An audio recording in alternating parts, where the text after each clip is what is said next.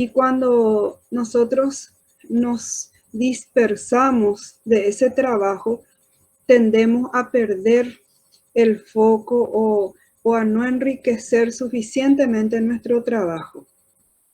Por eso es importante que ustedes tengan su cuadernito a la par que su cuaderno de campo, tienen otro cuadernito auxiliar. Si por ahí ustedes, no sé, aparece un tema que les interesa, entonces ustedes lo que hacen es anotar en su cuadernito y dejan para una próxima investigación. Así es como vamos trabajando. Entonces todo eso también es importante que tengan en cuenta.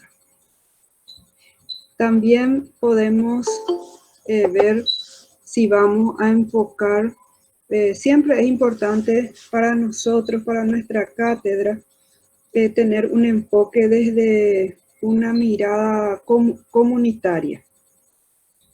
¿Por qué? Porque siempre trabajando en forma comunitaria vamos a llegar a más gente. Otra ventaja que tiene es que cuando uno trabaja comunitariamente es más fácil de lograr la colaboración de las personas porque ellos también se involucran. No cuando nosotros nos vamos como a estudiarles, así entre comillas, a ellos. Ellos son parte del trabajo con nosotros. Por eso en la próxima unidad nosotros hablaríamos de psicología comunitaria. Y después va a llegar un momento en que ustedes van a tener que hablar de lo que ustedes encontraron en el trabajo práctico. Y por eso es importante que ustedes, cada uno vaya viendo qué tema le interesa. Porque vamos a suponer que dos grupos toman el mismo tema. Por ejemplo, la ansiedad. Probablemente su correlato biológico va a ser igual, porque el asiento biológico es el mismo. Pero un grupo quiere hablar del estrés postraumático y otro grupo quiere hablar, por ejemplo, de fobias. Entonces ahí ya nos dividimos. Y es importante que ustedes investiguen, que ustedes busquen en la epidemiología, que ustedes busquen en toda la bibliografía que pueda estar al alcance de ustedes, como para que también vayan ensayando cómo hacer, por ejemplo, sus fichas. Uno siempre tiene que ir preparando sus fichas. ¿Por qué? Resulta que ustedes leen una fuente, de una fuente leen la información. Y esa información les sirve a ustedes como para tener una idea para ir trabajando. Pero cuando ustedes eso van a descargar en un marco teórico, es muy difícil recordar de dónde sacamos. Por eso es importante que tengan una ficha donde ustedes van anotando las frases que les interesan o los párrafos y las fuentes. Cosa que si ustedes quieren volver a esa fuente, ustedes tienen los datos bien claritos. Por eso es que cada uno de ustedes tiene que también ver con quién tienen una afinidad en cuanto al tema. ¿Qué quieren ustedes? Porque si una persona va a trabajar con otra, tienen que tener un interés en común. Y es importante que para que ustedes elijan un tema para su trabajo, sea realmente un tema que a ustedes les interese. Nunca cometan el error de que ustedes van a elegir el tema porque ya están los instrumentos. Ese es un grave error. Ustedes tienen que tomar el tema que les gusta. Si por ahí no hay una bibliografía sobre ese tema, entonces ustedes hacen nomás un trabajo de tipo exploratorio. O si no hay instrumentos, ustedes ya tienen la base de psicométrica para que ustedes puedan armar su propio, para que puedan elaborar su propio instrumento. Nada más que tienen que aplicar en una prueba piloto para poder validar el trabajo. No vayan ustedes a tener ese recelo. Ustedes están preparados. Tienen que hacer. Profe, Sí, pero el trabajo práctico va a ser más bien de estilo descriptivo monográfico, ¿verdad? sí. Por eso este año, por ejemplo, no vamos a poder hacer, a no ser que ustedes tengan la posibilidad de trabajar, aunque sea con un grupo pequeño, en un trabajo de campo, como están haciendo ahora que mandan cuestionarios. Pero en general vamos a hacer bibliográfico descriptivo. Sería interesante nomás que ustedes hagan un trabajo de campo. Les va a ayudar mucho a ustedes. Mucho más que un trabajo bibliográfico. Porque acuérdense que ustedes el año que viene ya egresan. Y aunque nosotros no tomemos como si fuera un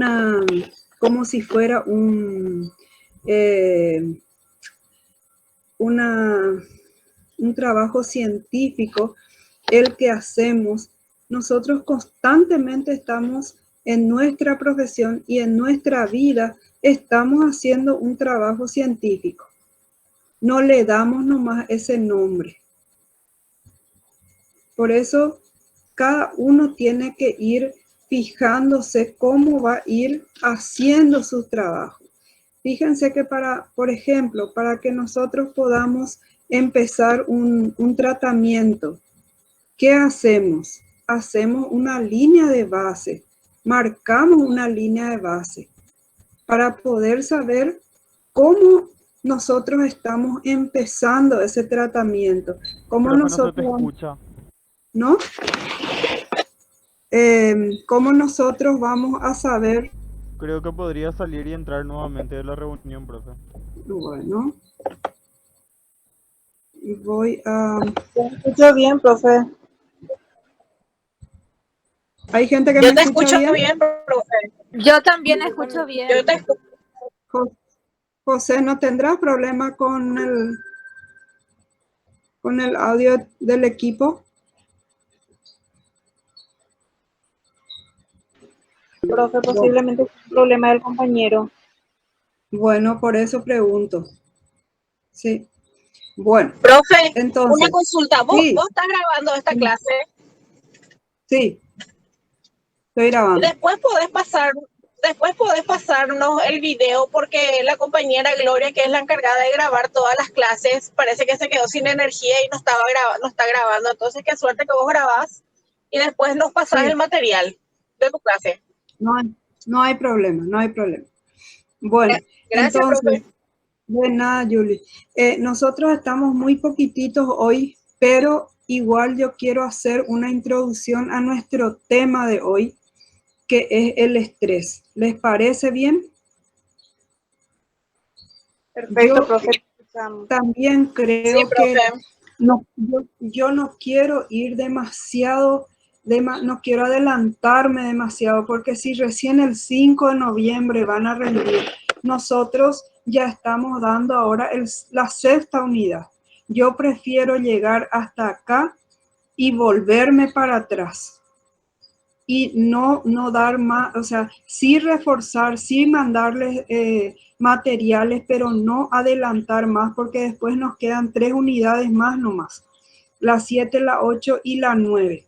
Son unidades largas, pero eso yo prefiero dar para el segundo parcial y siempre se suele dejar algún tema nuevo para el final, porque si no ya va a ser muy repetitivo nuestro examen final. Por eso yo quiero llegar hasta esta unidad, que es la unidad 6. Y hasta acá, volver otra vez, me gustaría volver después sobre lo que es la investigación científica, pero en el campo de la salud, no es en general. y sobre todo en nuestra área que es de la psicología o de las ciencias sociales. Porque no es lo mismo hacer una investigación en ciencias de la salud, de la medicina, la odontología, la biología o la veterinaria o la química, que hacer, por ejemplo, en nuestra área, que es un área mucho menos biológico y es mucho más de tipo de conceptos abstractos y de mucho psiquismo. Entonces, yo volvería otra vez a esos temas y después sí me gustaría ya que ustedes vayan formando sus grupos y eligiendo sus temas. Siempre mirando dos cosas, con un enfoque comunitario, pero desde la prevención. Acuérdense que la prevención siempre va a ser un factor que va a ayudarnos en todo sentido, tanto para evitar dolor como para evitar gastos, como para evitar secuelas que sean indeseables. Siempre desde la prevención va a ser mucho más fácil trabajar y mucho menos costoso en cuanto a las consecuencias o a las secuelas. Por eso nosotros hablamos también de la higiene mental. ¿Para qué nosotros vamos a esperar que tengamos un tema como el estrés que vamos a tocar hoy, si nosotros, teniendo el mismo ritmo de vida que tenemos ahora, podemos evitar, solamente modificando ciertos hábitos?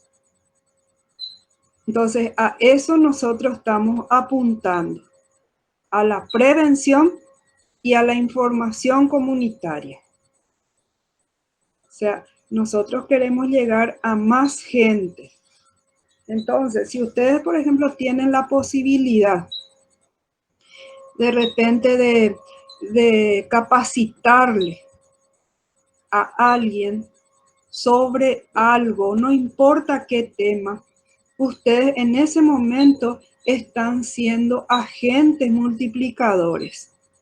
Y ustedes están también ayudando a que esa persona pueda multiplicar los conocimientos. Y eso significa mucha menos carga para ustedes. Fíjense que si la gente sabe y puede comunicar al otro, les va a sacar a ustedes también un peso en el sentido de la responsabilidad. Cuantas más personas sepan, más rápido se va a poder alivianar la carga. Siempre tienen que tener eso en cuenta. Siempre hay que tratar de informar a la gente y de informar bien. Porque acuérdense que la información es poder. La persona informada es una persona que tiene poder. Y es una persona que va a tener la capacidad y los criterios necesarios para que pueda tomar decisiones acertadas con un juicio analítico apropiado.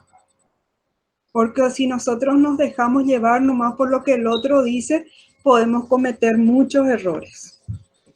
Así que ustedes siempre trabajen con su propia cabeza, no con la cabeza ajena.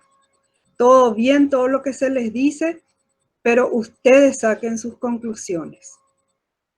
Porque cuando ustedes sean profesionales, van a tener enfrente a una persona que va a estar conversando con ustedes, van a tener un montón de datos y ustedes van a tener que ir haciendo el tamizaje. Y van a tener que ustedes sacar sus propias conclusiones. Y van a tener que ustedes mismos elaborar un plan de tratamiento para esa persona. Y tienen que ir ustedes evaluando cómo va ese proceso en adelante. Y no pueden ustedes ser subjetivos, hay que ser objetivos. Entonces, es un compromiso grande el que estamos asumiendo. Y no podemos tener una preparación mediocre. Lastimosamente nomás, muchas veces, en estas condiciones, cuando estamos estudiando, queremos que se nos faciliten las cosas. Porque uno ya quiere terminar, porque es más fácil así, pero no salimos bien preparados. Y en la práctica eso se nota. Bueno, vamos a entrar a nuestro tema, ¿les parece? Sí, profe. Perfecto. ¿Qué es el estrés? ¿Qué entienden ustedes por estrés? Digan lo que a ustedes les parezca. No tienen que saber precisamente la definición.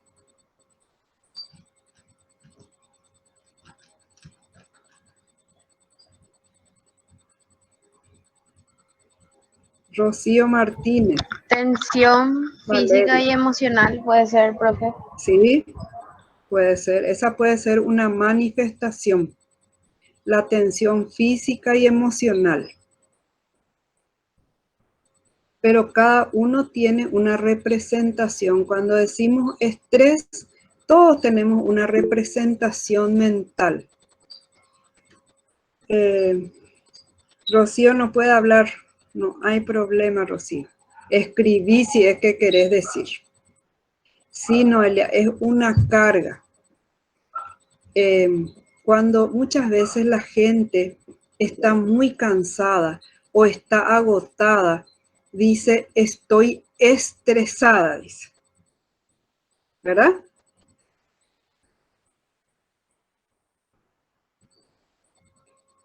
Yo no sé si ustedes no están o están, porque no me contestan. Yo quiero escucharles a ustedes. Sí, Aida. Esa es una parte del estrés. Ella dice, bueno, ustedes están leyendo lo que se publica, así que pueden ir leyendo y yo le voy a contestar desde acá. Yo les pregunto a ustedes, cuando ustedes hablan de estrés, ¿tiene una connotación negativa o una connotación positiva? Siempre es negativa. Negativa. Negativa es. Nosotros le decimos negativo. Sin embargo, el estrés no siempre es negativo. El estrés se produce a partir de estresores. Y los estresores no siempre son negativos. Los estresores también pueden ser positivos. El estrés en sí no es malo. El estrés en sí es necesario. ¿Por qué es necesario el estrés? Fíjense en este momento. Ustedes están en la clase. Por más que ustedes estén tirados en su cama, escuchando lo que estamos diciendo, algún tipo de atención están haciendo. ¿Cierto? Porque tienen que atender. Sí. Entonces, ¿qué es lo que pasa? Ustedes están manteniendo algún tipo de tensión.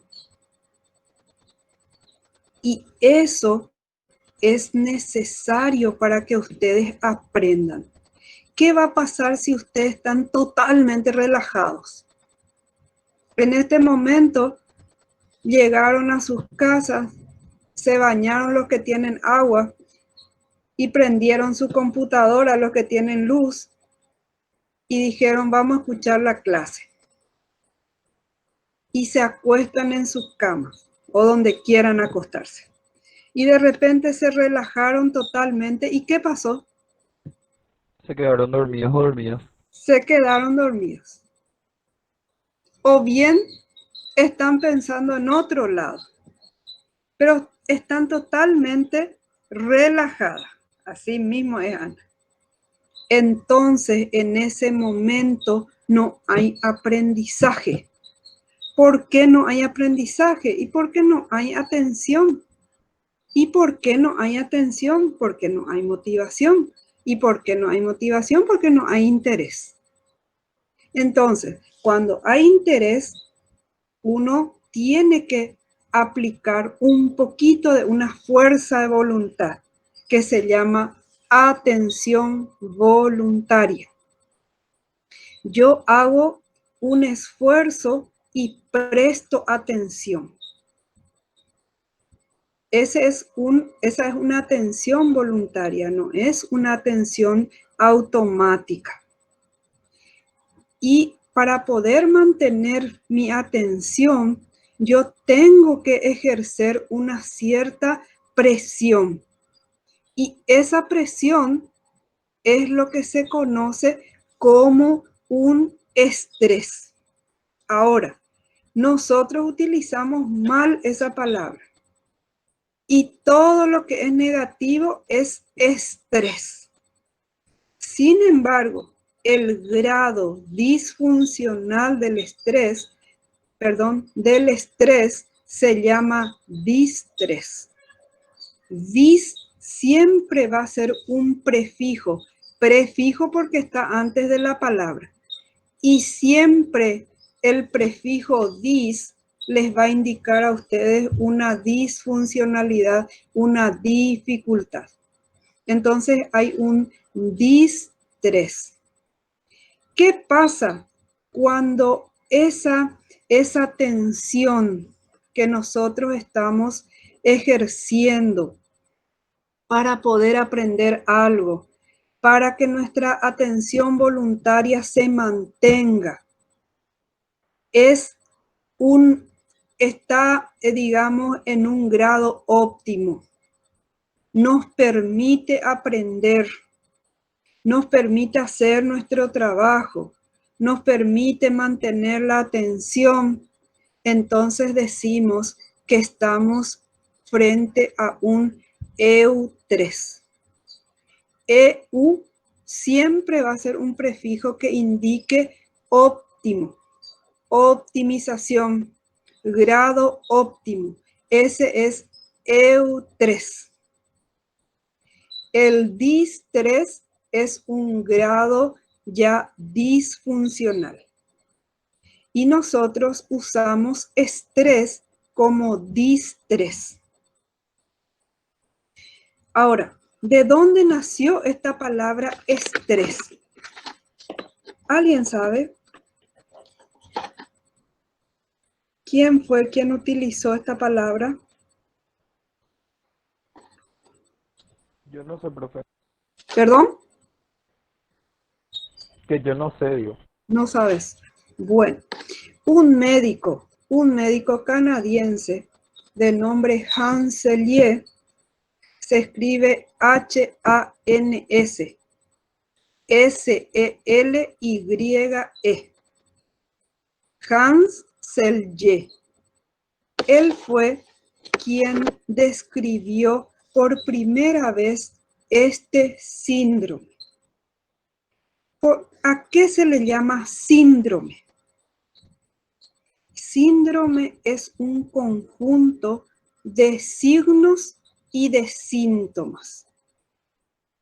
Recuerden ustedes siempre, los signos son todo lo que el otro puede ver.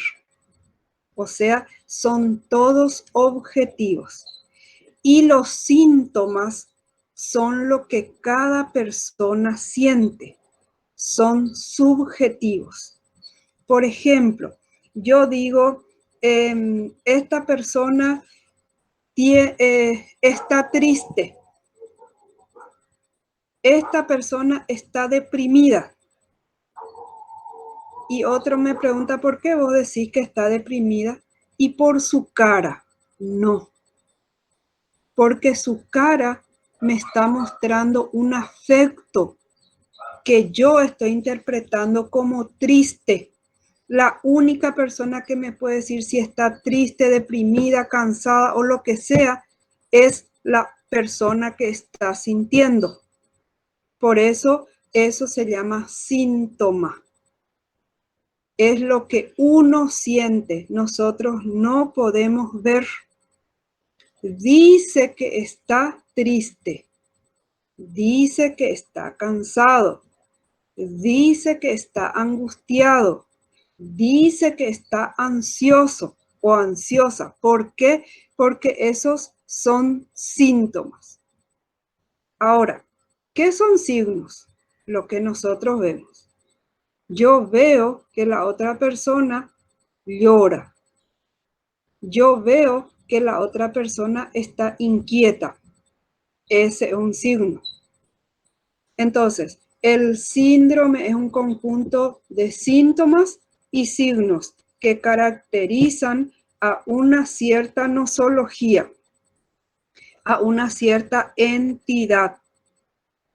Entonces, este señor, este doctor Hans Selye, lo que hizo fue describir este síndrome, que es un síndrome de adaptación general.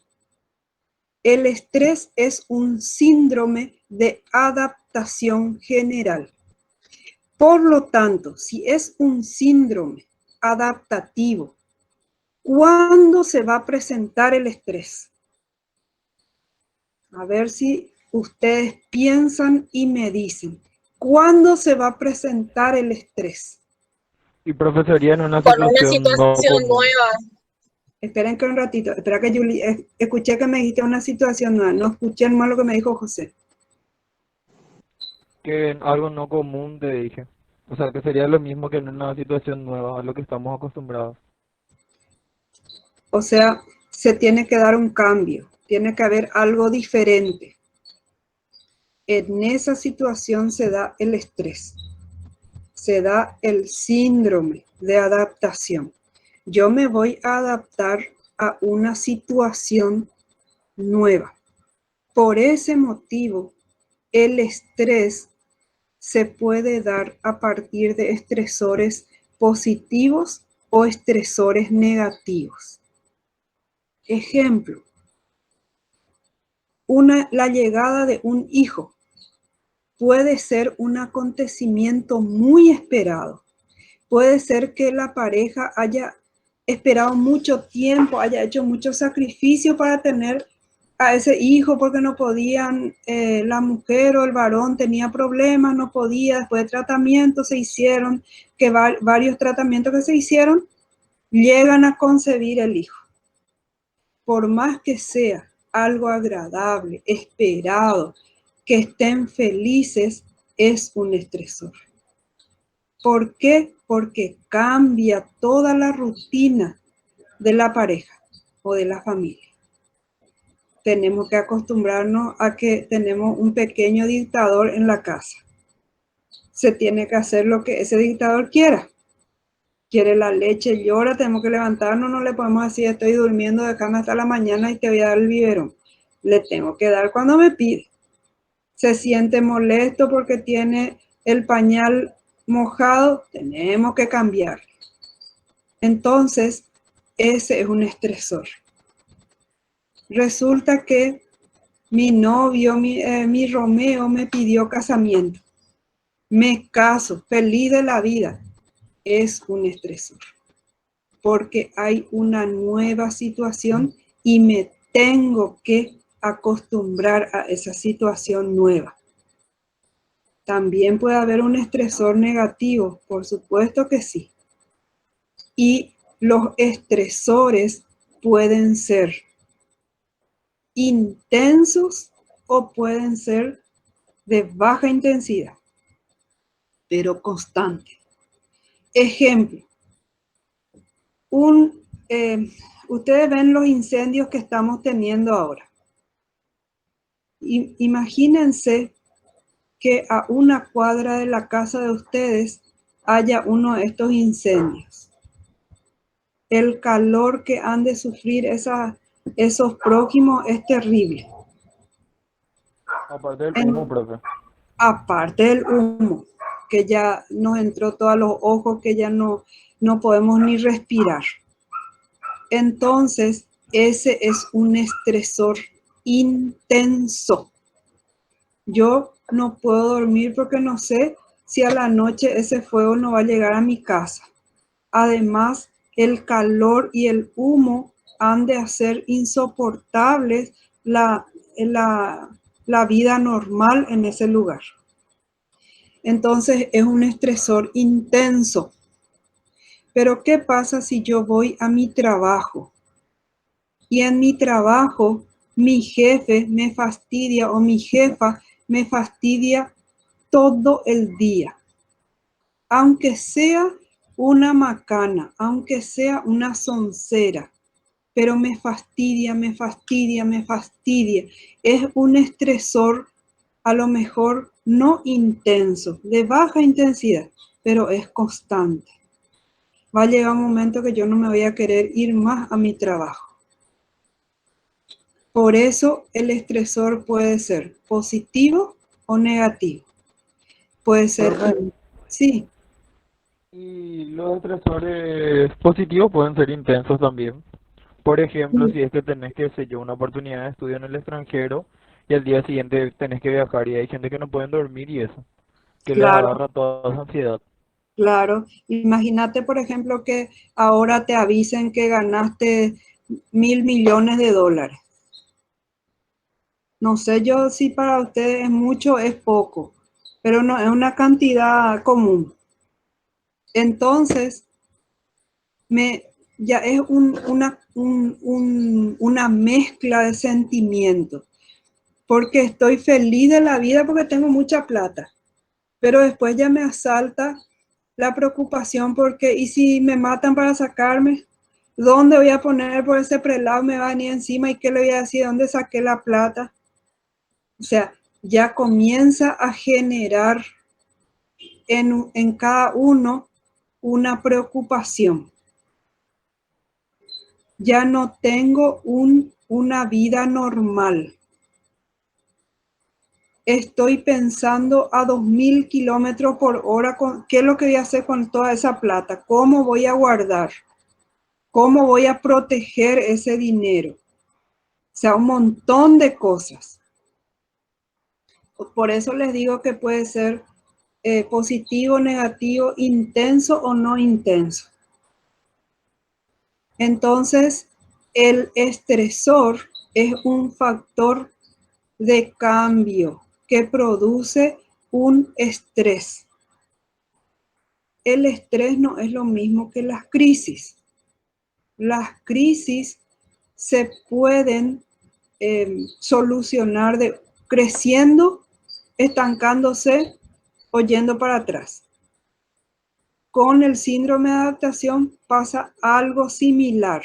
Yo puedo recurrir a mis recursos y puedo superar bien esa situación. O puedo sentir que no voy a poder. Y entonces entro en otro canal más disfuncional. Pero no significan la misma cosa. Las crisis, el estrés tiene una ruta hormonal. El estrés no es algo que se queda en el aire. El estrés tiene un correlato biológico que es totalmente hormonal. Resulta que la persona es quien percibe.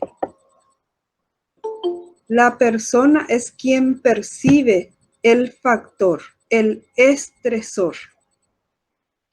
De acuerdo con la forma de percibir qué es lo que yo creo con respecto a ese estresor, le voy a dar una respuesta. Ese estresor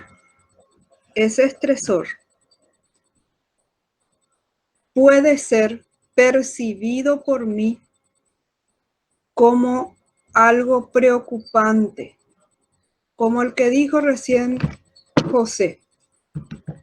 Vamos a suponer que yo mañana me tengo que ir, me salió en la beca y yo me tengo que ir a no sé qué país.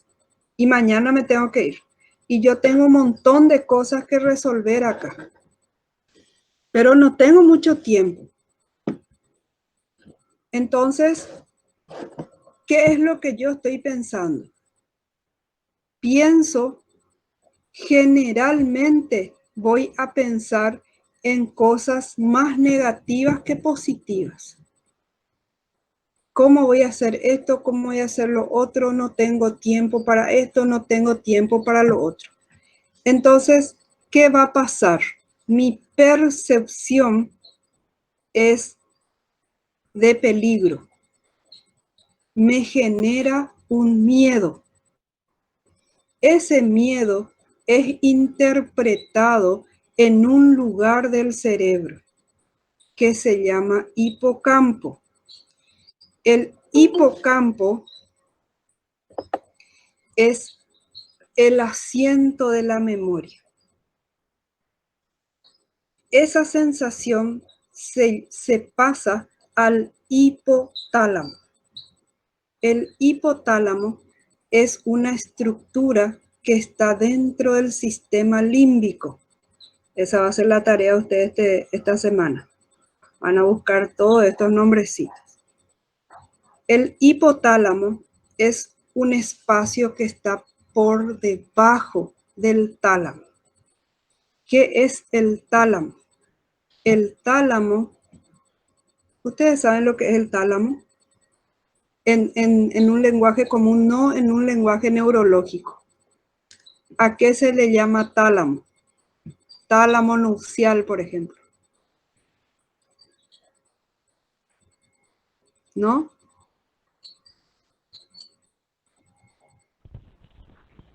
No, profe. No, yo no, profe. No, profe. Perfecto.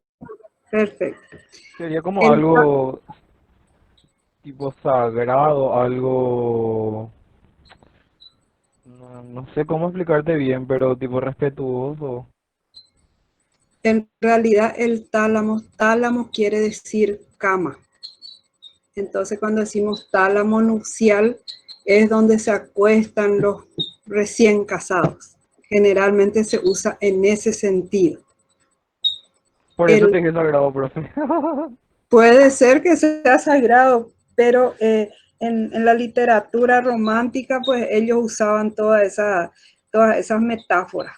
Entonces, el tálamo nupcial es donde la pareja pasaba su primera noche de casado, ¿verdad? Ahora nomás que ya los casados ya no es más primera noche y todo eso, ya cambió mucho la cultura. Bueno, entonces, el tálamo es una estructura en donde todos los estímulos hacen como una última parada para que el tálamo le envíe al centro nervioso específico. Por lo tanto, el hipotálamo es el encargado de mandar los estímulos, o sea, interpreta ese estímulo que llegó a nosotros.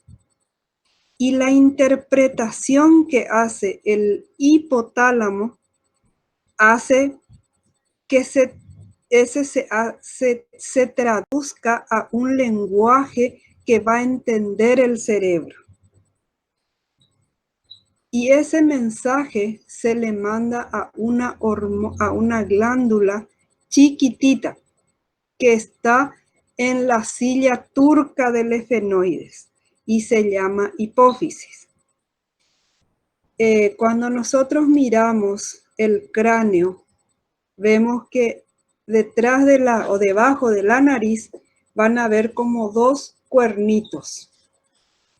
Ese es el esfenoides.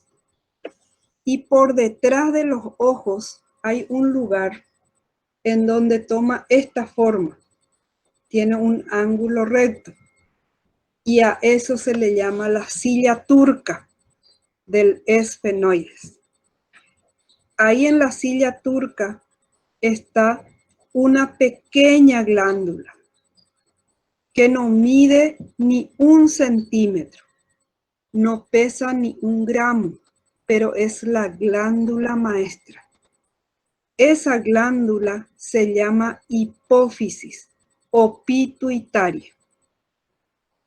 Esa es la glándula que maneja toda la ruta hormonal de nuestro cuerpo.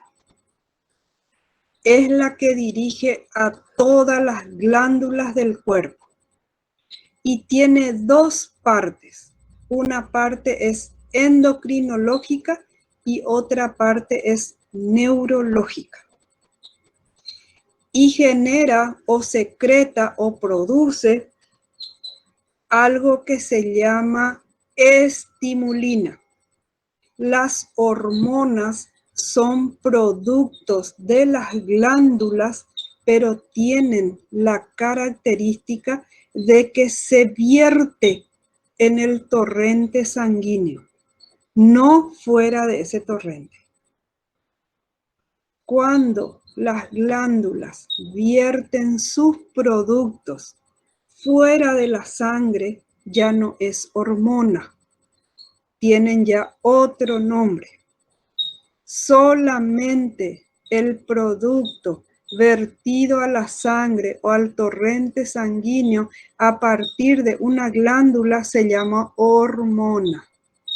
Y las glándulas que producen hormonas se llaman endocrinas. Las que producen elaboran algún producto que se secreta o se vierte fuera de la sangre se llaman exocrinas. Y hay glándulas que producen hormonas y otros productos que se vierten fuera de la sangre, y a eso se les llama glándulas mixtas, como por ejemplo el páncreas. El páncreas produce hormonas que son las que regulan el azúcar, la glucosa en sangre, y también producen el jugo pancreático, que es lo que ayuda a la digestión. Por eso el páncreas es una glándula mixta.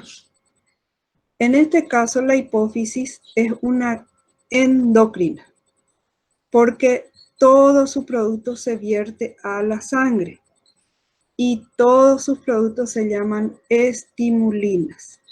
Y las estimulinas son sustancias que van a estimular, como dice su nombre, específicamente. Por ejemplo, tenemos la tiroestimulina, que son las estimulantes de las glándulas tiroides. Tenemos, por ejemplo, la corticoestimulina, que estimula la corteza suprarrenal. La meduloestimulina, que va a estimular la zona medular de las glándulas suprarrenales. Y así, cada una tiene un nombre que le caracteriza a su destino, ¿verdad? Bueno, entonces, cuando nuestro hipocampo recibió el estímulo, asoció con un recuerdo que tiene guardado. Puede ser de alegría, puede ser de tristeza, puede ser de miedo o puede ser de enojo, que son las 4 emociones básicas del ser humano. Entonces, le manda un mensaje al hipotálamo y le dice: estamos en peligro. No importa si ese estímulo que fue interpretado es real o es irreal o es imaginado. No importa si el peligro que estamos percibiendo es grande o es chico. Eso no importa. Solo importa el mensaje. Entonces, el mensaje es: estamos en peligro, necesitamos que se alisten todas las defensas del cuerpo. En ese momento, el hipotálamo le manda un mensaje de alerta a la hipófisis o a la pituitaria. Y la pituitaria comienza a segregar la hormona que se llama corticoestimulina. Entonces, esa corticoestimulina llega hasta la corteza de las glándulas suprarrenales. Como dice su nombre, supra está por arriba y renales, o sea, está por arriba los riñones. Tenemos dos glándulas suprarrenales, una arriba de cada uno de los riñones. Esa glándula tiene dos zonas. La zona de afuera se llama cortical y la zona de adentro se llama medular. Cuando la corticoestimulina llega hasta la corteza de la suprarrenal, se genera lo que se llama corticoides. Los corticoides, ustedes habrán ya oído hablar o conocerán, o a lo mejor algunas personas toman corticoides. Son unas sustancias que ayudan a contrarrestar el dolor. Esos corticoides son transmitidos desde la zona cortical a la zona medular. A la vez son apoyados por las adenoestimulinas o la meduloestimulina. Entonces llegan hasta la zona medular y estimulan la secreción de otra hormona que se llama adrenalina.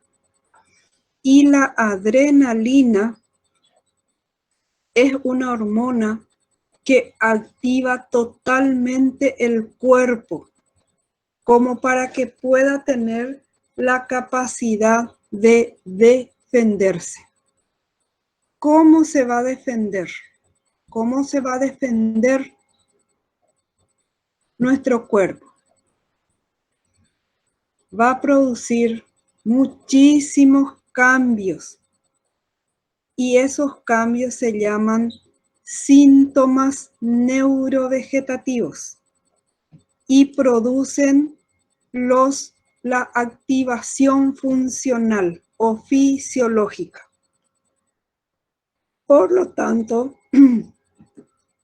nosotros vamos a experimentar en ese momento una aceleración cardíaca. La gente dice: tengo taquicardia. No es esa la taquicardia. Eso se llama palpitaciones. Las palpitaciones consisten en tomar conciencia de los latidos cardíacos. En este momento todos tenemos un corazón que está funcionando, porque si no, no estaríamos acá. Pero cuando la adrenalina se hace presente, aumenta notablemente el ritmo cardíaco y por lo tanto se hace uno consciente de que su corazón está funcionando muy rápido. Parece que nos va a salir por la boca el corazón. Y eso genera que se necesite más oxígeno. Y se acelera entonces la circulación menor. Tenemos dos tipos de circulación en el cuerpo. La circulación mayor, que se da entre el corazón y todo el cuerpo, y la circulación menor, que se da entre el corazón y los pulmones. Entonces, toda la sangre que sale del corazón y se reparte al cuerpo está oxigenada. Y a través de todas las venas que se llaman, de todos los vasos que se llaman arterias, se va distribuyendo hasta lo más finito que se llaman capilares. Y en los capilares se producen los intercambios gaseosos. Entonces, la sangre arterial se comienza a intercambiar dejando el oxígeno y trayendo el anhídrido carbónico.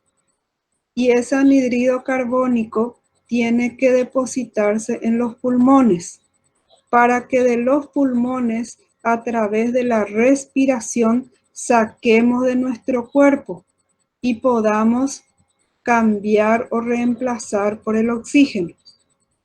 Por eso decían, creo que fue José el que dijo, que la gente que está en esa zona de incendio no puede respirar porque el aire está contaminado, no hay oxígeno. Eso hace que nosotros aceleremos nuestra respiración y llega un momento en que ya no podemos respirar por la nariz, respiramos por la boca y se produce lo que se llama una hiperventilación. Entonces empezamos a hacer esto. Cuando hacemos eso, el aire entra por la boca. Al entrar por la boca, el aire llega a los bronquios frío y el aire frío produce lo que se llama un broncoespasmo y se seca la garganta y nos duele porque el aire normalmente tiene que entrar por la nariz y tiene que ser expulsado por la boca porque en el piso de la nariz hay una tupida red de venas y arterias. Dentro de nuestro cuerpo, todo se mantiene a 37 grados. Por lo tanto, al pasar el aire por la nariz, es como la ducha eléctrica. Esa ducha eléctrica tiene como unos resortes que se llaman solenoides. El agua al pasar por ahí se calienta. Con el aire pasa lo mismo. Al atravesar el piso nasal se calienta y cuando llega a los bronquios llega a la temperatura correcta. Por lo tanto, no produce hiperventilación. Cuando el oxígeno se precisa más porque estamos en una emergencia, se aumenta el ritmo respiratorio. El cuerpo tiene una misión para defenderse y es proveer la cantidad necesaria de sangre a los dos órganos que no pueden fallar, corazón y cerebro. Por lo tanto, el corazón y el cerebro están siendo irrigados más de lo que son irrigados normalmente. Por eso es que la gente en ese estado sufre como una aceleración del pensamiento. Se les cruza todas las ideas. Y unas cuantas personas te dicen, tengo la sensación de volverme loca, de que voy a perder el control. Y otras personas nos dicen, tengo la sensación de que me voy a morir. Eso hace también que el cuerpo se prepare para la lucha. Se prepara para correr o para luchar.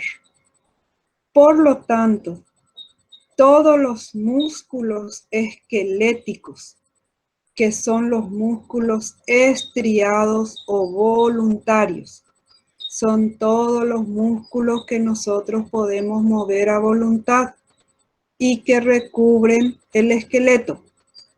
esos músculos se llenan de sangre para darle fuerza, para darle tonicidad, para que nosotros podamos correr o para tener fuerza en los brazos para pegar. Por eso dice, se prepara para la lucha o la huida. Y en ese momento, todo lo que es visceral, todo lo que es dentro del abdomen, de las vísceras, que son músculos lisos, involuntarios, se quedan con un mínimo de irrigación. Y este estado que les estoy diciendo es lo que hace que nosotros, cuando comemos, estando nerviosos, no podamos digerir. Si nosotros estamos nerviosos o estamos preocupados y comemos, esa comida nos daña el estómago. Nos cae como un plomo. ¿Por qué? Porque todos los coadyuvantes para la digestión, llámese bilis, llámese jugo pancreático, todos esos anexos al estómago, además del ácido clorhídrico, no están presentes porque todo eso se fue a los músculos esqueléticos. Entonces, en ese momento, nosotros comemos algo y nos cae muy pesado. Y eso va propiciando lo que es una gastritis. Por eso a la gente se le dice, si estás nerviosa, no vayas a comer. Porque si no, les va a hacer mal. Bueno, sí, podés vomitar. Pueden tener también diarrea. Pueden tener estreñimiento, porque ustedes recuerden que el aparato digestivo es el segundo cerebro. El estómago es el segundo cerebro. Estamos nerviosos, estamos preocupados, podemos tener colitis o podemos tener estreñimiento. Eso es común. En ese momento, entonces, lo que sucede es que nuestro cuerpo se está preparando para una reacción. Y eso se produce cuando hay miedo, cuando hay rabia, enojo, cuando hay tristeza. Ahora, ¿qué pasa cuando esa etapa se prolonga demasiado? Hay 3 etapas que distinguió Hans Selye. La primera etapa se llama alarma. La segunda etapa se llama adaptación o resistencia. Y la tercera etapa se llama agotamiento. Cuando recibe el estímulo, se percibe como un peligro, se percibe como algo negativo, el cuerpo se prepara para defenderse.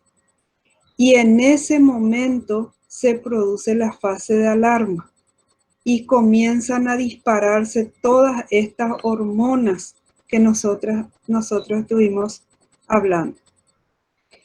Después se produce la segunda etapa, que es la adaptación, cuando se mantiene ese estado de alerta. ¿Qué pasa cuando ese estado de alerta se hace demasiado largo? Allí es cuando se produce el distrés.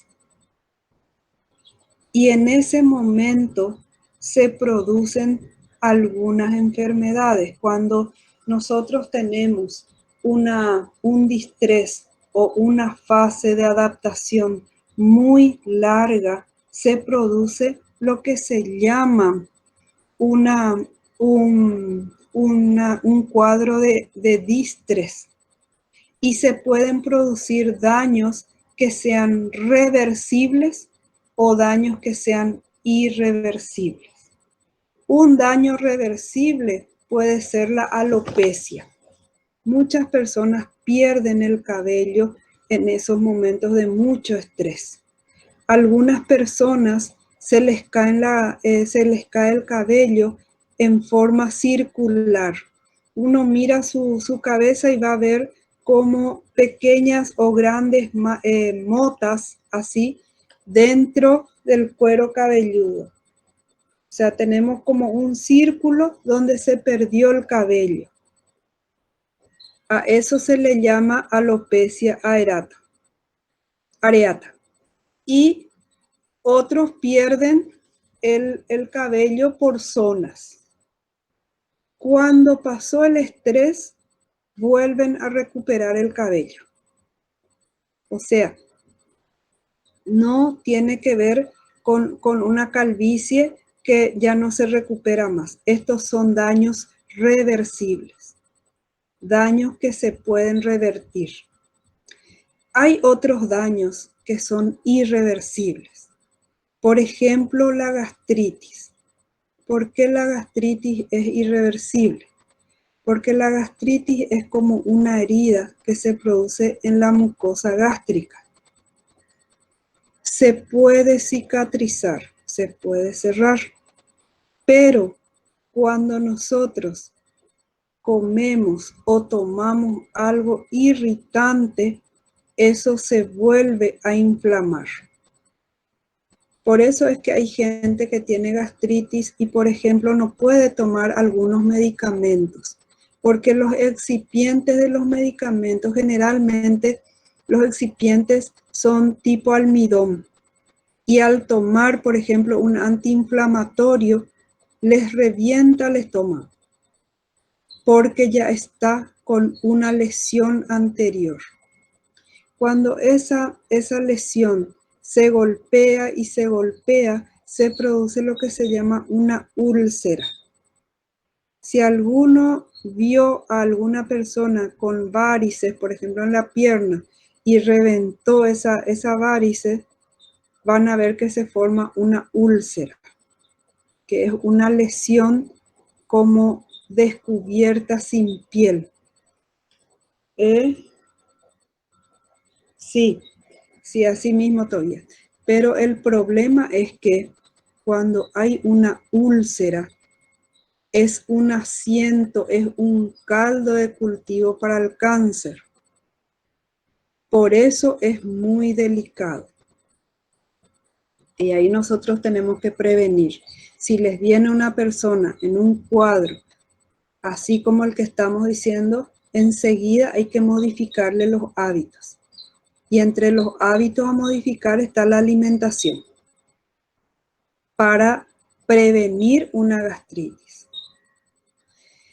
También se puede dar, por ejemplo, la psoriasis. La psoriasis es una lesión irreversible que se produce en la piel y es una lesión dolorosa y que produce mucha comezón, pero a la vez produce una sensación de quemazón, de quemadura, y es muy dolorosa. Mucha gente que sufre de psoriasis, por ejemplo, no se le puede acercar ningún tipo de tejido a la piel porque le duele mucho. Bueno, y posteriormente a la adaptación viene la fase de agotamiento. Cuando entonces esa fase intermedia de adaptación o de resistencia se hace muy larga, es cuando se produce el distrés y se pueden producir los daños físicos, que pueden ser reversibles o irreversibles. A ese eje que empezó en el hipocampo con la interpretación del estímulo y asociación a algún estímulo que le hizo interpretar como algo negativo, como algo doloroso, a ese eje se le llama eje hipotalámico hipófiso suprarrenal, porque empezó en el hipotálamo, se trasladó a la hipófisis y terminó en las suprarrenales. Entonces, es el eje hipotalámico hipófiso suprarrenal. Y yo les pido que no confundan, porque a veces quieren confundir. El eje se refiere a las estructuras cerebrales y endocrinológicas que intervienen en el estrés. Hipotálamo, hipófisis y glándulas suprarrenales. Las hormonas que actúan son las estimulinas, los corticoides y la adrenalina. Y las etapas del estrés son alarma, adaptación o resistencia y el agotamiento. No hay un tiempo fijo para uno y otro. Depende. Profe, Sí, ¿podrías repetir otra vez las 3 etapas? Porfa, se colgó mi internet. sí, cómo no.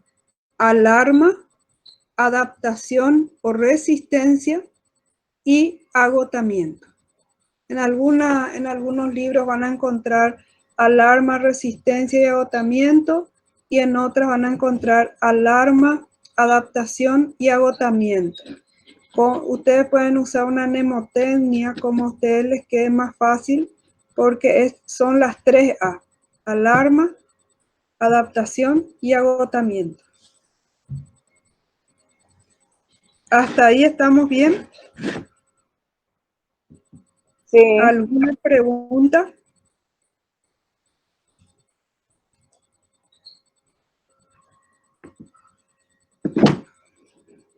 ¿Alguna pregunta? No, profe. Profe, Sí, en Ángela. el agotamiento, ¿en qué etapa aparecen los síntomas físicos, digamos? Adaptación. En la adaptación. En adaptación. Y en En agotamiento sería más intenso. No, en agotamiento es cuando ya se resuelve. La alarma es todo ese desencadenamiento hormonal. La adaptación se mantienen esas hormonas con las alteraciones que producen. Y el agotamiento es cuando terminó todo. Gracias, profe. De nada. Noelia, ¿vos ibas a preguntar algo?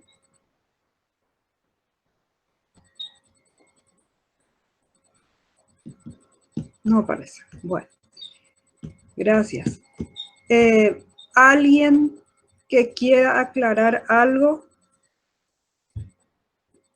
¿Algo que no quedó claro?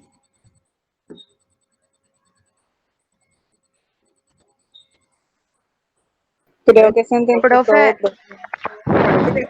Valeria. profe, ¿podría repetir el eje, o sea, el eje? Hipotalámico, hipófiso, suprarrenal.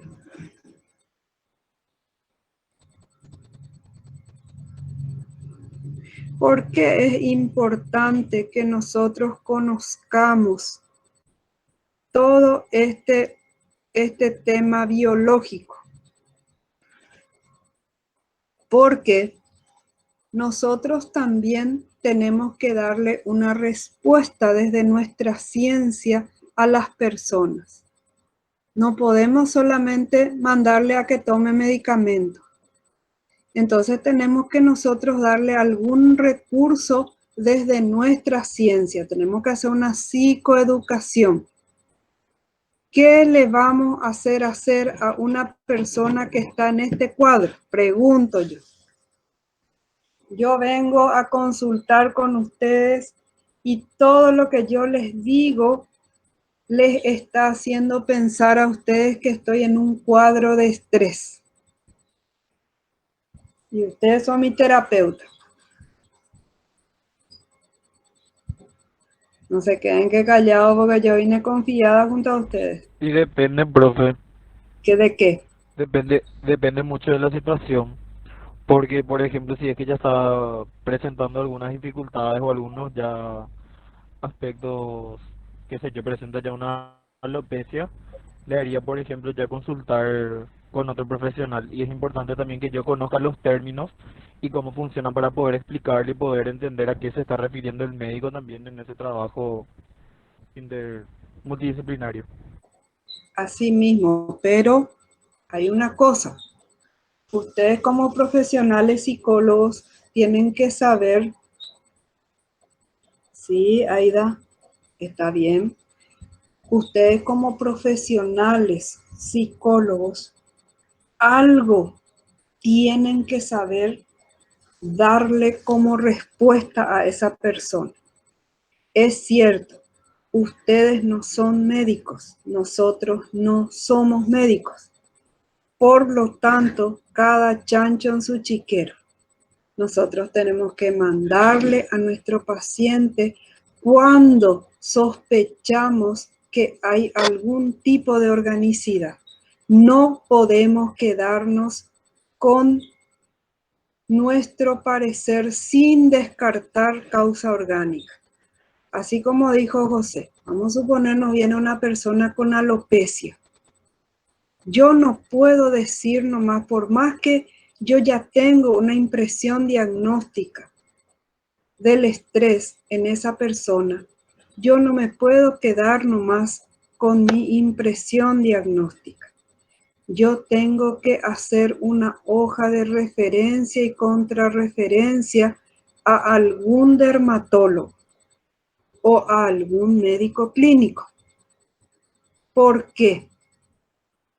Porque también la alopecia puede ser una manifestación de muchas enfermedades dermatológicas.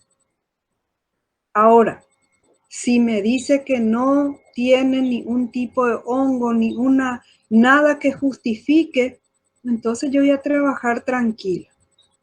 Generalmente, las personas ansiosas les va a llegar con un bibliorato luego de estudios. ¿Por qué? Porque como lo primero que sintieron fue la palpitación, esa falta de aire, porque se secó la garganta, pensaron que se iban a morir, muchos les van a traer ya electrocardiogramas hechos. ¿Por qué? Porque se van a la urgencia al hospital. Y se van a la urgencia al hospital pensando que tienen algún problema cardíaco. Ahora, en ese caso, vamos a suponer que ya les vino y dice el médico, no hay ni un problema ni estructural ni funcional en el corazón. Entonces, yo voy a asumir que estamos hablando de una activación neurofisiológica o de síntomas neurovegetativos. Ahora, si esa persona no tiene ni un estudio hecho, pero me está hablando de esos síntomas, yo tengo la obligación de derivarle para un control clínico. Yo no puedo quedarme nomás con que es unos que son síntomas neurovegetativos. Ahora, si esa persona me dice, ya me trae todos los estudios, ya descartaron organicidad, pero esa persona cree que igual tiene que seguir buscando porque está convencida de que hay un daño físico. Entonces, ahí donde yo le voy a explicar. Cuando hay un problema orgánico o fisiológico, se va a dar ese síntoma, o sea, esa palpitación que siente, se va a dar en cualquier momento. Pero si yo estoy reaccionando de esa forma frente a una araña, a lo mejor estoy frente a una persona que sufre de una fobia simple. Le está teniendo fobia a las arañas. ¿O qué pasa si yo me voy a un lugar donde hay mucha gente y ahí me produce este tipo de reacciones? Entonces probablemente estoy frente a un ataque de pánico.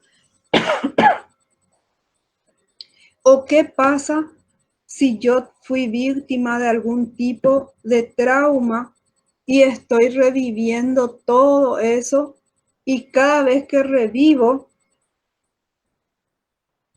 enseguida te contesto, Belén, haceme nomás acordar para decir no contesto. ¿Qué es lo que yo hago cuando yo me voy, por ejemplo, estoy en un lugar y de repente revivo todo ese evento traumático y ahí hay flashback?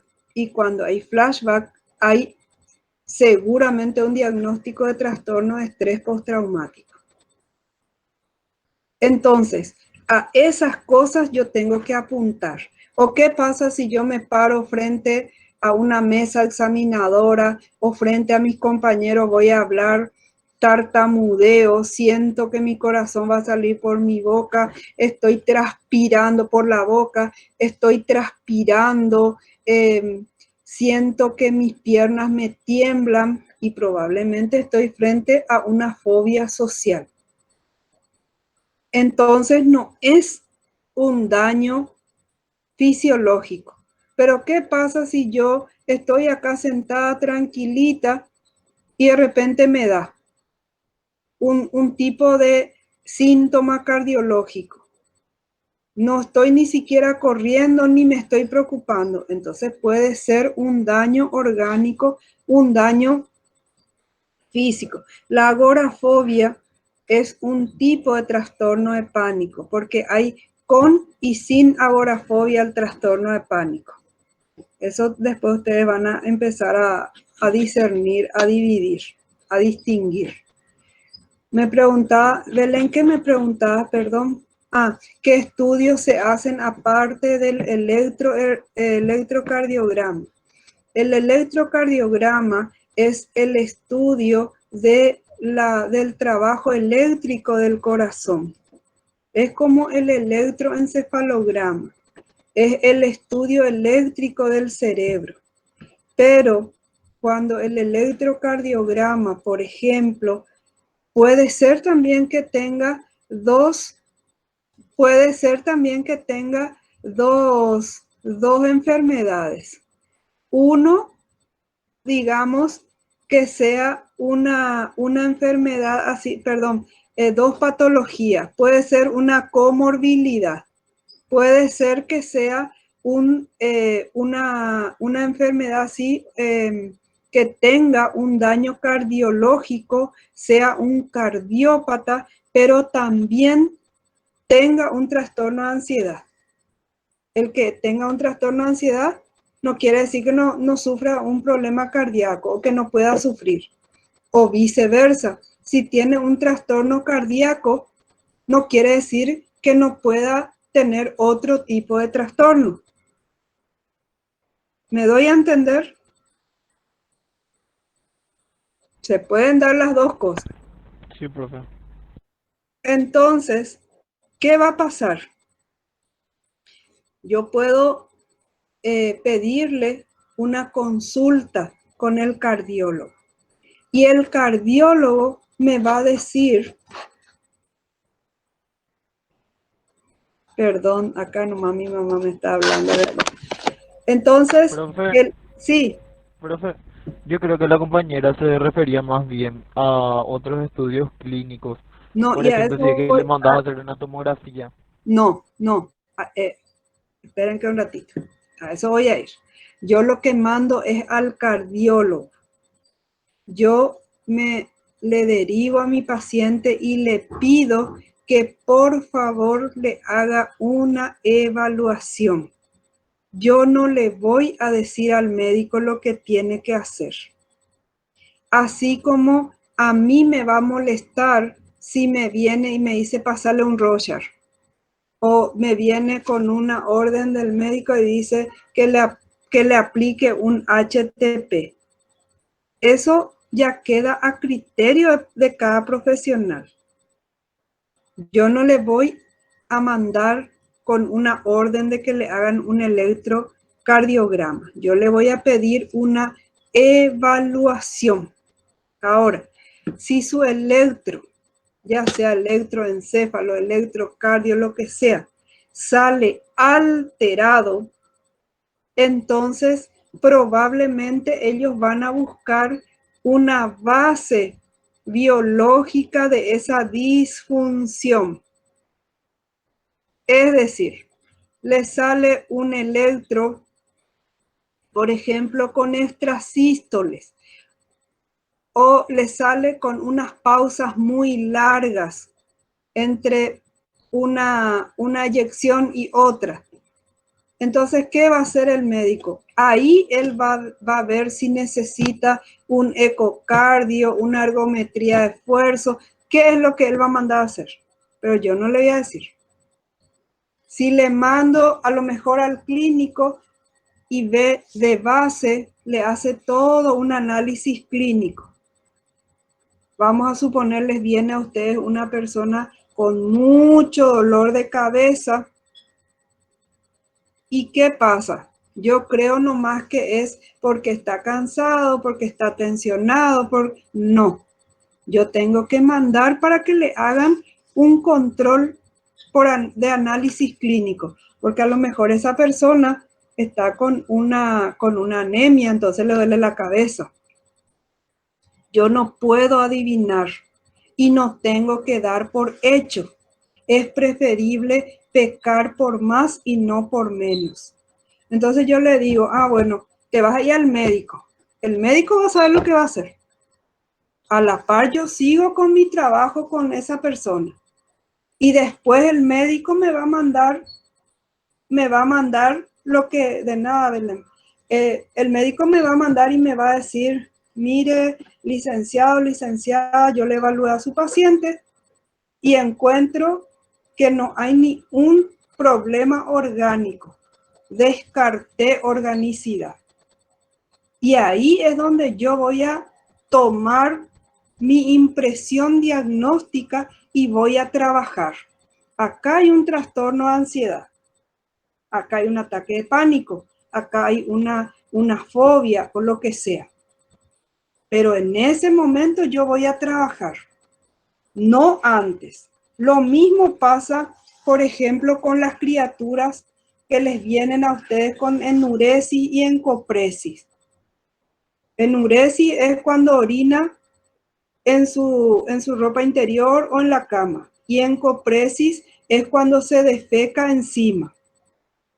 Ahora, yo primeramente, si no está con un control pediátrico, le voy a mandar a su pediatra. Porque su pediatra me tiene que descartar organicidad.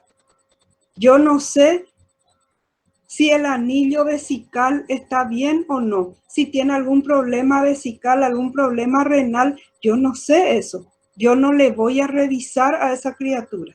No es esa mi área de trabajo. O yo le voy a mandar para que vean si el anillo esfinteriano está bien. ¿Qué es lo que está pasando? ¿Por qué no retiene su materia fecal? ¿Por qué no retiene su orina? Ese no es mi trabajo. Yo tengo que mandar al profesional adecuado. Ellos van a hacer los exámenes que tengan que hacer y me van a mandar y me van a decir que no encontraron ni un tipo de daño orgánico o ninguna alteración. Entonces yo ya voy a trabajar con mis técnicas para enuresis o para encopresis o para trastornos de la ansiedad. ¿Es claro hasta ahí, verdad? Sí, profe. Perfecto. Bueno, ¿alguna pregunta? Porque salimos ahora en controles médicos a partir de nuestro estrés. Porque el estrés tiene muchas manifestaciones. Hay que averiguar demasiadas cosas. En primer lugar, tenemos que saber el estilo de vida de nuestro paciente. Yo no puedo estar haciendo ciertos diagnósticos sin saber con quién estoy hablando. Imagínense, por ejemplo, que nosotros estemos frente, en este momento, estemos trabajando con un bombero. Los bomberos en este momento están en un pico muy alto de estrés. No están dando abasto. Ese es un estresor intenso.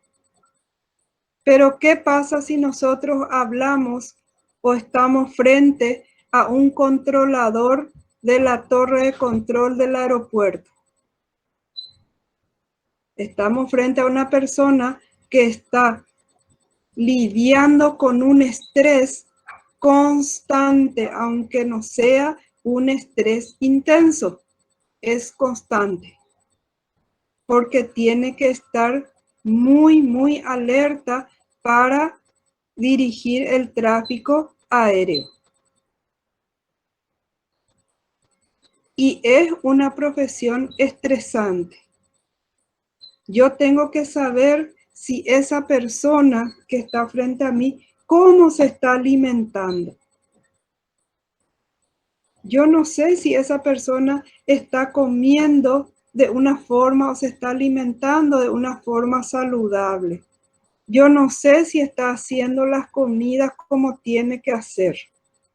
Yo no sé si está tomando la cantidad de agua que tiene que tomar. Todas esas cosas afectan. No sé si está durmiendo la cantidad de horas que tiene que dormir. Yo no sé si es una persona con un temperamento sumamente inquieto, es una persona muy competitiva, es una persona tranquila. ¿Con quién estoy? Y a partir de ahí, es como cuando nos vamos a la nutricionista. La nutricionista te pregunta todo para hacerte la dieta. Y nosotros un poquito hacemos eso, sabemos su estilo de vida y comenzamos a decirle, no, mira, esto vamos a tener que cambiar. Esto vamos a tener que modificar. Hay gente, por ejemplo, que se quedan, sobre todo los adolescentes, se quedan hasta cualquier hora con su celular. Después al día siguiente no se pueden levantar. Claro, si tienen el cerebro todavía no se puede despertar. Se deteriora ese cerebro. No durmió a la noche, duermen de día. Afectan muchísimo su cerebro. Después hay una desconcentración y tiene problemas de aprendizaje. No tiene un problema de aprendizaje, está modificado su hábito de sueño, entonces hay que planificar y hacerle una higiene del sueño. No hay que diagnosticar trastorno de aprendizaje. No hay problema de memoria, hay problema de atención.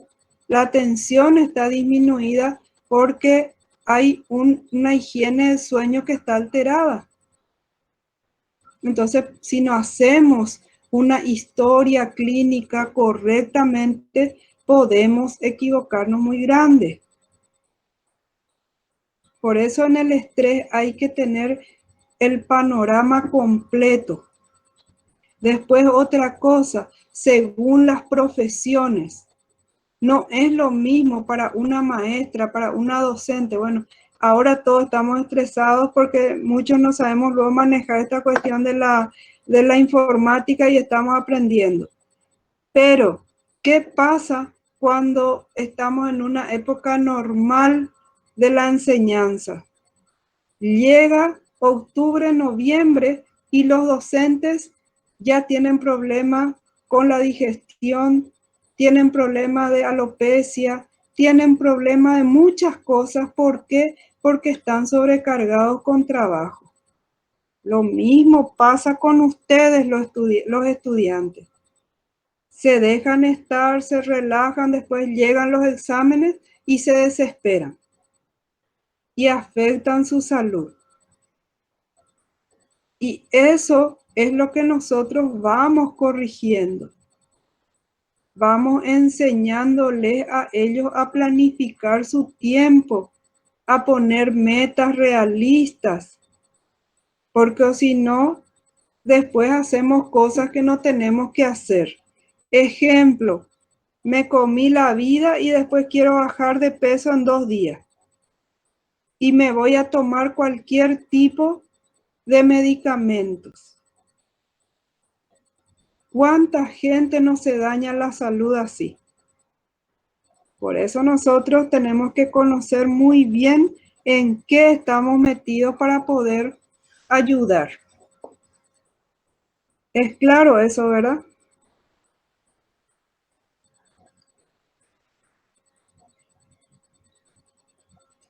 No sé si están todos durmiendo o qué pasó. Estamos contigo, profe.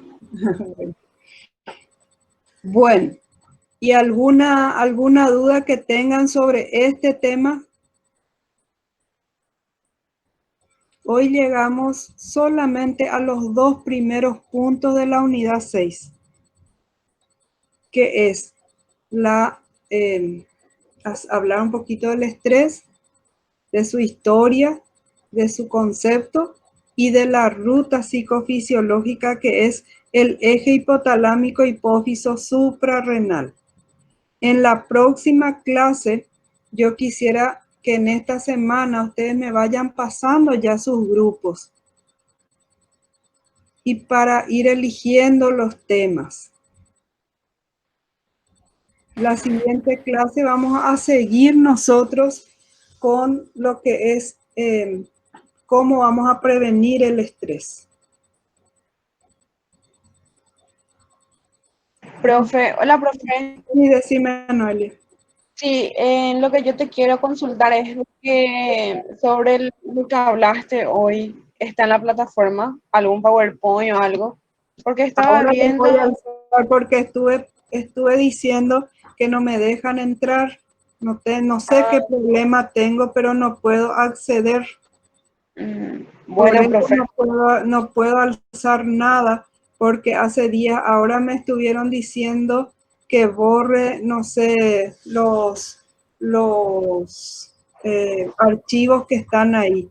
Pero yo creo que es más otro problema que ese. Ah, ya, entiendo, profe. Dale, gracias. De nada. Profe, ¿dónde te enviamos los grupos? Los datos de los grupos. A este correo. Yo le voy a pasar esta dirección de correo a, no sé si Alejandro es el encargado de mi materia.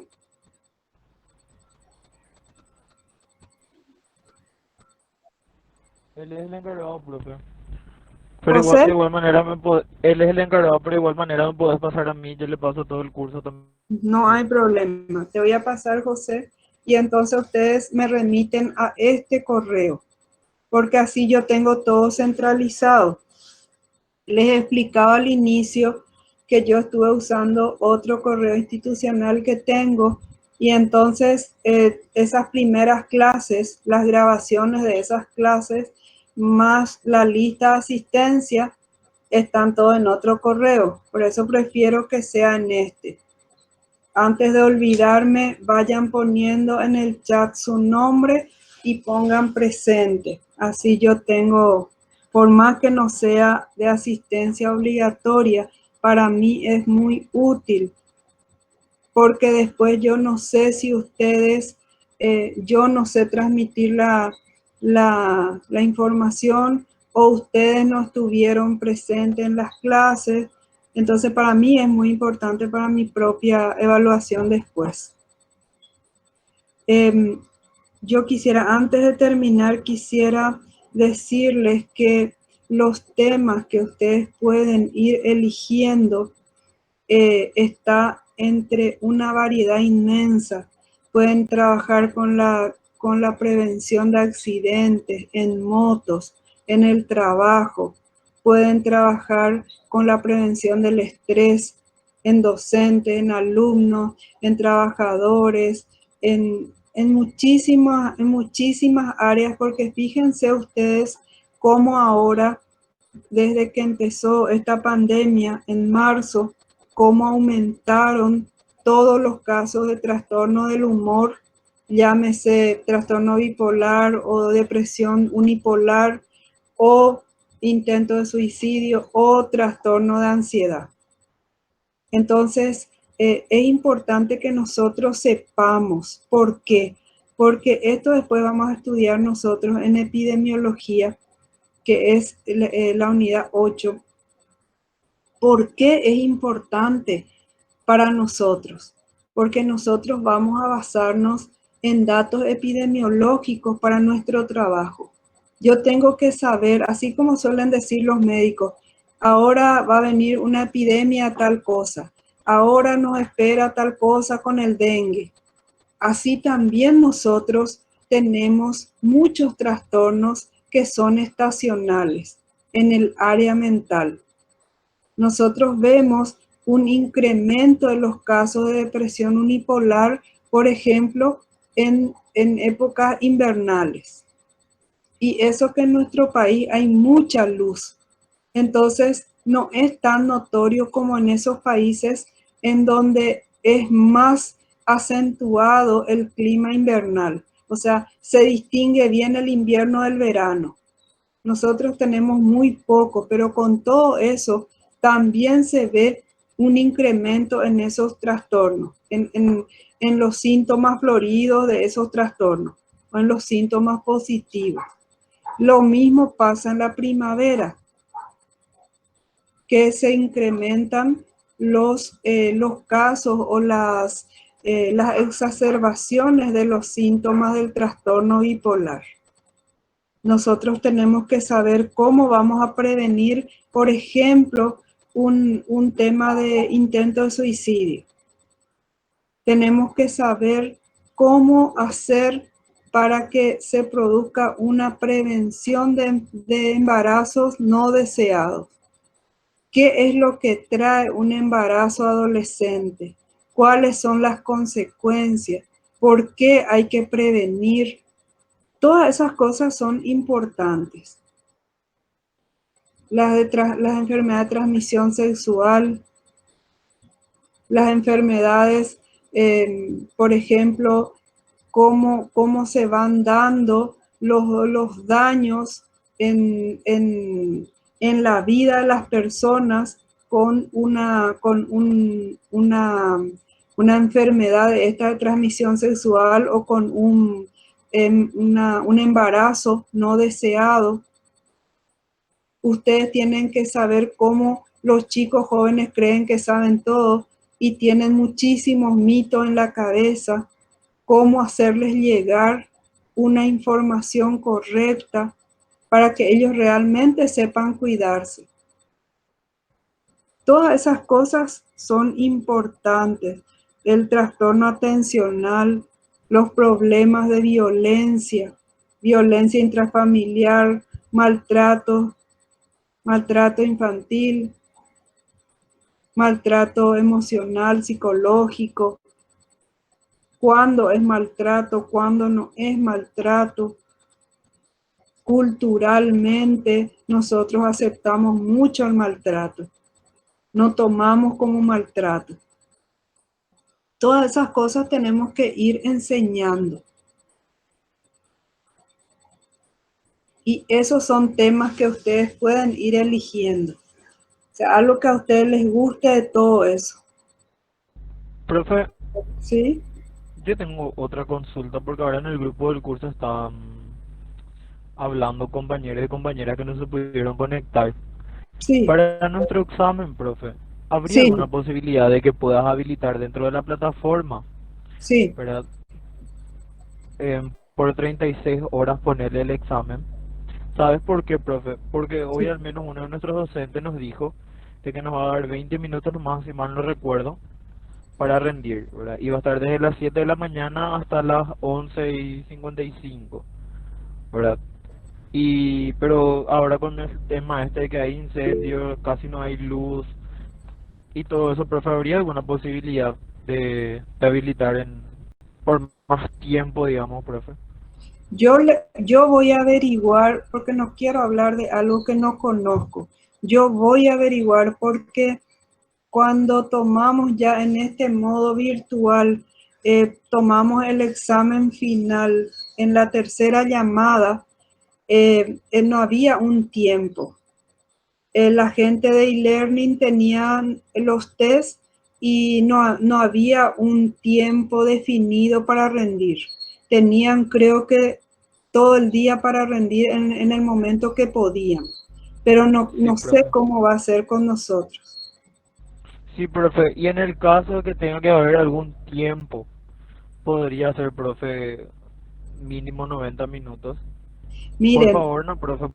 Por el, o yo sea, no, yo ya a tengo, modo de por eso acuerdo. les digo que yo voy a preguntar porque cada facultad tiene su propio modo. Yo les cuento que esta mañana tomé examen final y tomé de la misma manera que tomé los parciales en la otra facultad que yo estoy. Y el examen es sincrónico. O sea, yo hoy habilité la mesa con mis examinadoras y nos quedamos 90 minutos.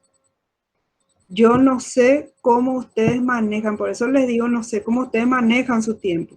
Nosotros usamos otra plataforma en la otra facultad y ahí nosotros rendimos los 90 minutos con, al mismo tiempo tenían que rendir todos.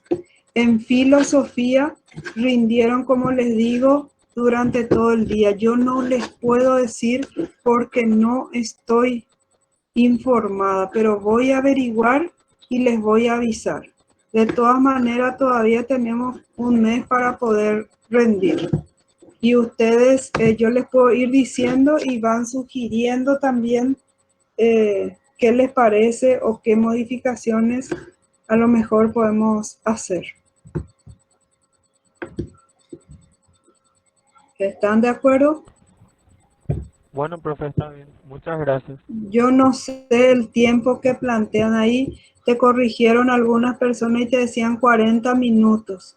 Porque vos Sí, pero dijiste eso 20. pues, profe, sí, pero si es que vamos a ir por reglamento de la facultad, pues nosotros en verano es 40 minutos, lo que eso también yo voy a hablar con el profe, porque nosotros el reglamento nos dice que nosotros podemos rendir 90 minutos nuestras evaluaciones, o sea, para tener en cuenta. Y más todavía con este tema de la virtualidad, de que muchas veces se te va la señal, se te sale de la página, tenías un intento nomás, eso también puede perjudicarle pues, a cualquiera. Hay Entonces, para tratar de muchísimos, paliar, hay sí, profe, pero muchísimos factores para que tratar de paliar nomás ese tipo de situaciones incómodas y que podamos perder puntos incluso nosotros, es más bien por velar también por nuestro proceso evaluativo. yo no sé si ustedes ya tuvieron un examen en este modo virtual. Sí tuvimos, profe, evaluaciones, Entonces, eso es lo más. pero sí, y justamente por eso, ¿verdad? Yo iba a hablar con este profe porque eran como 20 y algo preguntas, él iba a dar 40 minutos nada más y iba a hacer un solo intento, ¿verdad? Entonces, para ¿Cómo es tratar de un solo paliarlo, intento? y ves que vos podés poner, profe, por ejemplo, varios intentos dentro de la plataforma, es decir, yo puedo entrar a rendir y ponerle que hice 18 de 25 y tenía otro intento y hice 20 de 25, entonces me podría quedar con mi puntuación más alta. Bueno, Pero eso ya es ya criterio del docente, profe. yo no sé eso, por eso les digo que tengo que informarme más, porque yo no, este tema de la examinación todavía no tengo muy bien claro ni cómo van a plantear. De hecho, que los exámenes por lo general duran 90 minutos. Ese es el tiempo que por lo menos yo manejo. No sé por qué se Sí, les profe. daría menos, no sé si hay un nuevo reglamento, no sé. Por eso no quiero hablar de cosas que no sé. Voy a informarme y después les voy a comunicar, si les parece. Dale, profe, gracias, profe. Pero por favor te pediría si es que puedo salir a nuestro favor, hey. Bueno, vamos a hacer todo lo posible. De hecho que ustedes tienen que tomar conciencia de algo. Ustedes en este tipo de examen van a rendir con los materiales.